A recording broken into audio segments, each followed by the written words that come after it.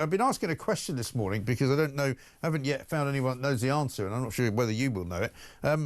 The government say this one in, one out scenario begins today. They say that they're going to detain people, but they don't say where they're going to detain them. And then they say they're going to send them back to France, but they don't say how they're going to send them back. It's a bit short on detail, it seems to me. Yeah, I think we're going to get the full details of this published this morning. And I think we'll see Yvette Cooper doing some interviews also today. And I think that will be able to put a bit more flesh on the bones of exactly how this thing is going to work in practice, because it's all very well, one thing having the theory and having the slogan one in, one out, but actually how does it actually work? I think the interesting thing will be how quickly they can turn around and whether the government can actually ramp up the numbers, because at the moment they're talking about 50 per week being part of this pilot scheme. Now, 50 a week when you've got potentially couple of thousand coming over in a week doesn't sound like much of a deterrent to me, but we're going to have to wait and see if this works. Yeah, exactly right. I've just been handed actually an Yvette Cooper clip, so let's have a look at it and see whether she can share it. The first time people who arrive on these dangerous and illegal small boats can be returned to France. They will be first detained. They'll be detained immediately on arrival and then detained and held until they are returned to France. And in exchange, we will take people who have applied lawfully, who have been through security checks and a proper legal process. I think that is the right principle. We're not setting out what the numbers will be at this point for two reasons. First of all, because those numbers will vary and will increase, and we haven't fixed an overall number for the scheme. We obviously want it to increase as much as possible. But also, secondly, because we're not going to provide operational information about which numbers, which days that the criminal gangs will then simply use in order to continue to ply their vile trade in human beings. So they're not going to put any number on it, but it's called one in, one out. That sounds like a number to me. But also she says they're going to detain them, but she doesn't say where, and we're going to send them back, doesn't say how. Yeah, no, I think in terms of getting back, the mechanics of it, you'd hope people in Whitehall that would be relatively the easy bit. But I think the interesting thing, I come back to the numbers. There's been modelling. I've been reading up on this this morning, and some modelling that the Home Office have done shows that if you don't send 85% of the people coming here back to France or back to their home nation, the deterrent won't work. So if you're only sending 50 a week out of, for argument's sake, 500 who come here, it's not going to act as that deterrent. And you wonder whether migrants who are paying thousands and thousands of pounds to these smuggling gangs are just going to chance their arm yet again to come over, and we're in all sorts of problems yet again, and the numbers continue to rise. So the government say this is not a silver bullet. This is not the be-all and end-all of smashing the gangs. It's a large part of it, or it's a part of it, but the deterrent has to be a deterrent. It can't just be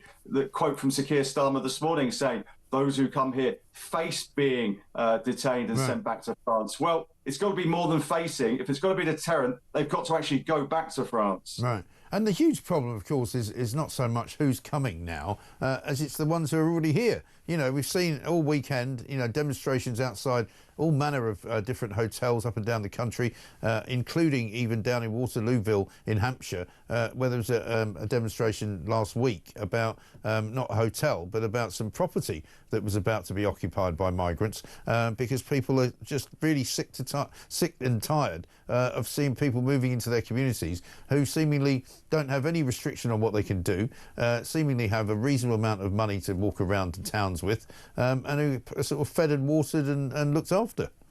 Yeah, I think that's one of the problems that the government has got, not only today, but also on the horizon. They've got the issue of these migrant hotels up and down the country where, you know, people who are concerned about it in their community, often protesting about. But don't forget that it's this government who said they want to close those migrant hotels. Now, the thing is with that, if they haven't reduced the number significantly, where are they actually going to go? Now, are they going to go into sort of private residences? Is it going to be into sort of university-style halls of residence? Yeah. Where will they go? Because the problem will just go elsewhere and could even get worse. Now, the government have to be careful over the summer.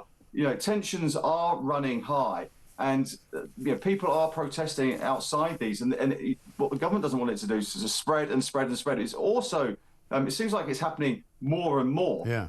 So I think they just need to watch this very, very carefully. Yes, and the other problem, of course, is what's on the front page of the Times today, following on from the Warwickshire Police failure to disclose information which they thought might cause an uproar in the general public. And of course that was about the ethnicity and the immigration status of two men who have been arrested and charged over the alleged rape of a 12-year-old girl. And so, we've got Keir Starmer now saying he's going to put pressure on police chiefs to be more transparent. Now, we know from the Baroness Casey report that basically not giving out information after the Southport atrocity was what created the problem there and the problem of unrest. And whereas, they seem to be not learning the lesson from that, and the police are not giving out information, they say, because they don't want to cause unrest. Yeah, no, again, this is a big, big problem for politicians, the police, and the knock-on effect for the public. Draw your attention to, obviously, a couple of things from last year. You had Southport, where originally they didn't obviously give the ethnicity, but also, if you remember when there was that incident in Liverpool during the football parade, where the police then did give the ethnicity of someone involved.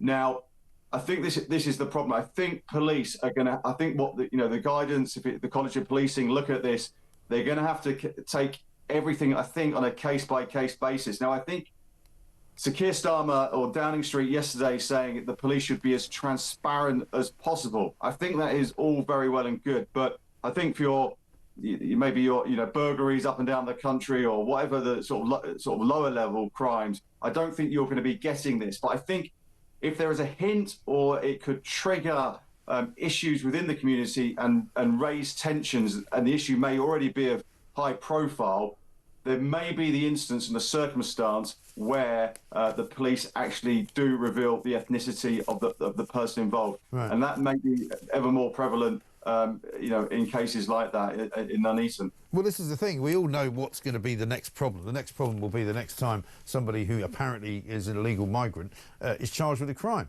Yeah, and particularly if it's a crime involving a child or a crime involving some kind of sexual assault. That is the thing. That is the thing that is riling people right now. There was another case. I think it was up in Stockport of a legal migrant who was staying in a migrant hotel, who was seen apparently trying to kidnap a 10-year-old girl in front of her dad. And again, every time something like this happens, it might only be a single incident. It might only be something that happens in a relatively sparse way, but with every single one of these crimes that's committed, there's more problems. Yeah, and that's why I think there's going to have to be some heads banged together here between the police chiefs, the national the sort of College of Policing, and maybe the Home Office, where they come up with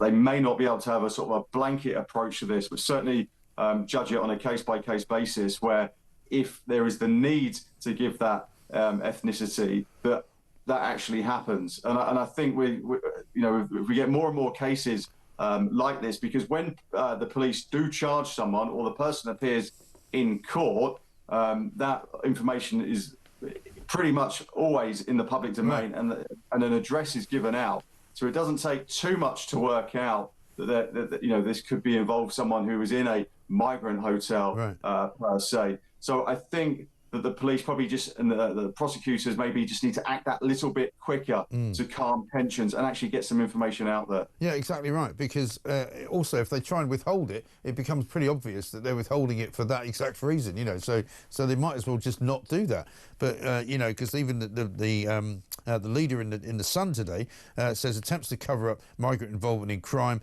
are an affront to justice. The immigration status and nationality of all offenders should be published for each crime. They might as well just get on with it and stop trying to treat us like we're idiots. Yeah, it does feel like we're heading in that direction. Obviously, for years and years and years, that has just not happened. But I think, as you've seen in instances where tensions are running high, like particularly we've seen over the summer, and there is a clear public interest. And as long as the media, newspapers, radio, this doesn't lead to contempt of court. There may not be a problem with it, and I don't see why that would lead to contempt of court. No, of course not. Well, because it doesn't in any other case, so why would it in their case? But there we are.